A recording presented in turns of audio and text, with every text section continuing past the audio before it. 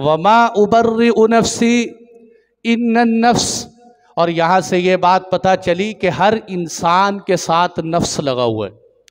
اچھا، نفس ہم تبلیغ میں بھی بیانات میں بھی سنتے رہتے ہیں، میں ذرا فرق کر دوں۔ 3 چیزوں کو سمجھنے کی ضرورت ہے، بڑا سارا علم اور دین سمجھ آئے۔ نفس، روح، شیطان، 3 باتیں۔ نفس کیا ہے، روح کیا چیز ہے، شیطان کیا چیز ہے، یہ سمجھنے کی بات۔ بہت سارے علماء نے کہا کہ نفس اور روح ایک ہی چیز کے 2 نام، نفس اور روح ایک ہی چیز کے 2 نام ہیں، اس لیے کہ اللہ تعالیٰ قرآن میں ایک جگہ فرماتے ہیں اللہ یتوفی الانفس حین موتها، کہ جس وقت اللہ انسان کو موت دیتے ہیں اس وقت اس کی روح قبض کر لیتے ہیں، لیکن اس روح پہ لفظ استعمال کیا نفس کا، اللہ یتوفی الانفس حین موتها۔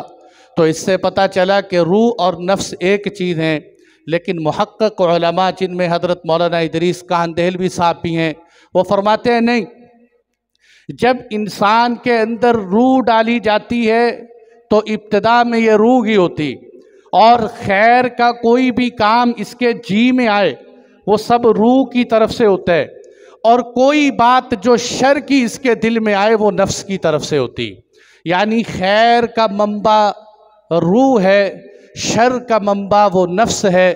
اس لیے خیر اور شر یعنی انسان کے اندر ملائکہ والی صفات بھی ہیں، شیاطین والی صفات بھی ہیں۔ ملائکہ والی صفات روح کی طرف سے آتی ہیں، شیطان والی صفات انسان کے اندر نفس سے آتی ہیں۔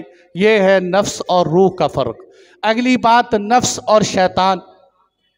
نفس انسان کے اندر ایک طاقت کا نام ہے کہ جو انسان کو کبھی خیر پہ آمادہ کرتی، کبھی شر پہ آمادہ کرتی۔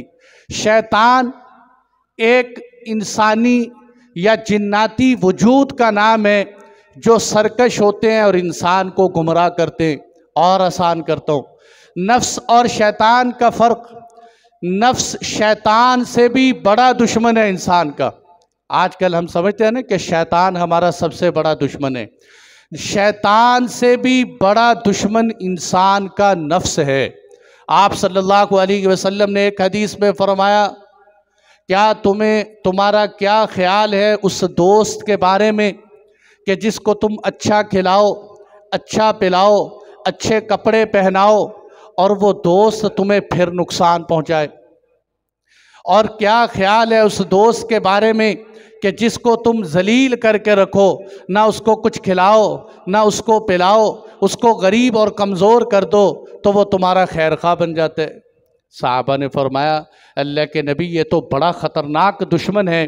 آپ صلی اللہ علیہ وسلم نے فرمایا یہ خطرناک دشمن تمہارے 2 پہلوؤں کے درمیان تمہارا نفس ہے جو تمہیں اس پہ آمادہ کرتے۔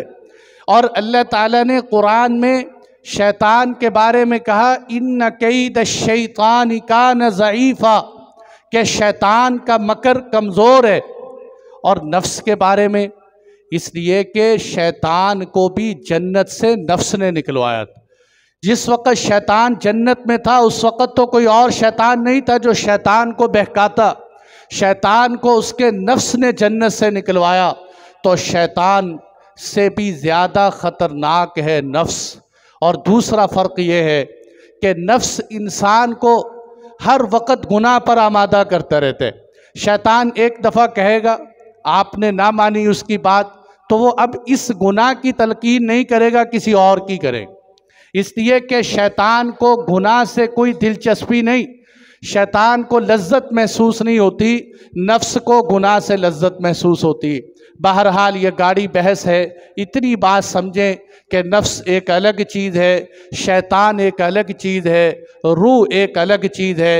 اور آپ صلی اللہ علیہ وسلم نے ہمیں اس سے بچنے کے لیے ایک دعا سکھلائی ہے، اللہم آتی نفسی تقواہا، اے اللہ میرے نفس کو پرہیزگار بنا دے، وَزَكِّهَا أَنْتَ خَيْرُ مَنْ زَكَّاهَا، اے اللہ تو اس کو پاک کر دے اس لیے کہ تو سب سے بہترین پاک کرنے والے۔ ہم یہ دعا مانگ، بڑی بہترین دعا، دوسری دعا بھی سکھائی، اللہم الہمنی رشدی وَأَعِذْنِي مِنْ شَرِّ نَفْسِي۔ جمعے کے خطبے میں بھی خطیب کہتے وَنَعُوذُ بِاللَّهِ مِنْ شُرُورِ أَنفُسِنَا، نفس کے شرور سے پناہ مانگتے ہیں۔ تو اس لیے انسان کو اپنے نفس سے پناہ مانگنی چاہیے اور ڈرتے رہنا چاہیے، اس لیے کہ نفس ہر انسان کے ساتھ لگا ہوا ہے۔